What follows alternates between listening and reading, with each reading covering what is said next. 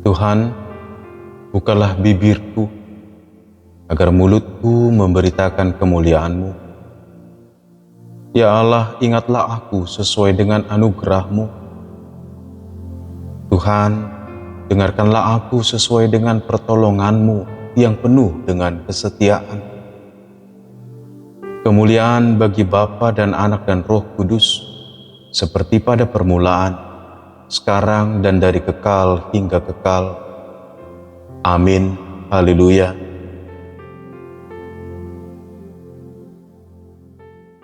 Yesaya 40 ayat 31. Tetapi orang yang menanti-nantikan Tuhan mendapat kekuatan baru. Mereka seumpama Raja Wali yang terbang dengan kekuatan sayapnya. Mereka berlari dan tidak menjadi lesu. Mereka berjalan dan tidak menjadi lelah. Salam saudara yang dikasihi Tuhan. Pernahkah engkau mengalami di mana ketika situasi semakin kacau atau tidak mendukung, bahkan sangat menyedihkan, dan kita kebingungan, gak mengerti apa maksud Tuhan, apa rencana Tuhan, apa kehendak Tuhan. Dan kita rindu Tuhan berfirman, tapi kita nggak bisa mendengar suara Tuhan.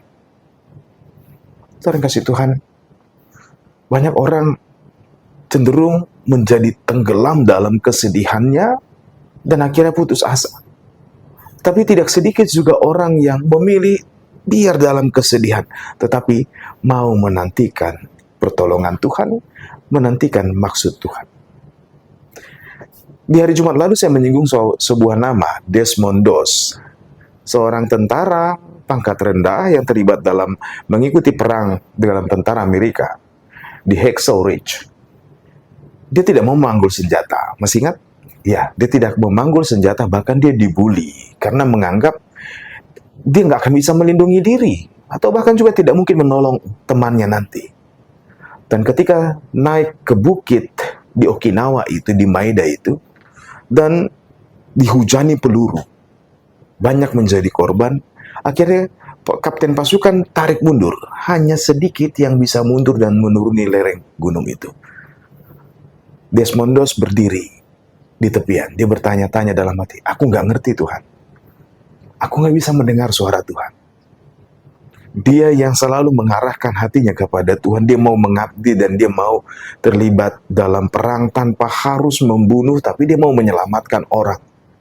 Dan tiba-tiba dia mendengar jeritan dari pasukan yang terluka yang ditinggalkan. Lalu dia bukan ikut turun, tetapi menerjang perang. Dan sepanjang malam dia merangkak, menurunkan satu persatu yang terluka. Lelah, benar, lelah betul. Tapi ketika dia kelelahan, dia berdoa, Tuhan, beri aku, tolong aku. Izinkan aku membawa satu lagi. Diturunkan satu lagi, doanya tetap sama. Merangkak, bahaya ada, ancaman ada, tetapi tidak menghambat dia untuk merangkak dan mau menolong orang lain. Sampai ketika terang hari, dia juga harus turun ketika pasukan Jepang mulai menyerangnya. Saya tidak cerita tentang perangnya, Bapak Ibu Saudara yang kasih Tuhan. Kita tidak tahu, kita nggak setuju dengan perang. Tetapi keteguhan hati yang selalu terarah kepada Tuhan. Terkadang nggak ngerti perjalanan hidup ini. Akankah berhenti ketika kita tidak mengerti dan mulai mau bertanya-tanya bahkan menuntut Tuhan, atau menantikan Tuhan dan tetap mengerjakan apa yang Tuhan kehendaki? Saudara yang kasih Tuhan, mereka yang menantikan Tuhan akan mendapat kekuatan yang nggak dimengerti juga. Ternyata bisa dengan konsisten, sekalipun tertatih-tatih, terluka parah, tapi ternyata di dalam kelemahan kita, Tuhan yang menunjukkan kekuatannya. Saudara yang kasih Tuhan, Kalau saat ini kita sedang memperingati akan sengsara Kristus, inilah momentumnya. Bahwa Tuhan sendiri mau hadir dalam sengsara kita. Kalau kita menjerit tentang penderitaan kita, mungkin tidak ada yang mengerti. Tetapi terpujilah Tuhan. Kristus ambil derita manusia, yang adalah deritamu dan deritaku. Sehingga kalau kita berdoa, mungkinkah Tuhan yang sudah tahu rasanya menjadi kita akan abai? Atau membiarkan kita asik nontonin kita? Saudaraku, percayalah. Tuhan tahu menolong kita. Tuhan tahu mendatangkan yang baik buat kita. Hanya saja kita perlu menantikan dengan kesungguhan hati dan dengan memelihara kesetiaan. Percayalah, ketika kita menanti dengan setia dan tetap teguh di dalam iman dan mengerjakan yang menjadi panggilan kita sebagai orang percaya, kita akan selalu beroleh kekuatan untuk melakukannya.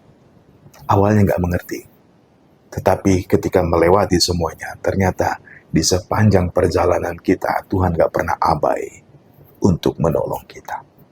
Oleh karena itu, saudara yang kasih Tuhan, kiranya mari semakin teguh di dalam Kristus.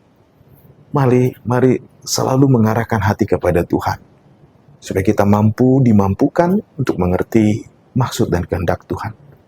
Dan di dalam kesusahan pun, karena mengingat Tuhan dan pertolongannya, kita akan dimampukan untuk memuji Dia selalu. Tetap teguh dalam Kristus. Tuhan memberkati. Shalom.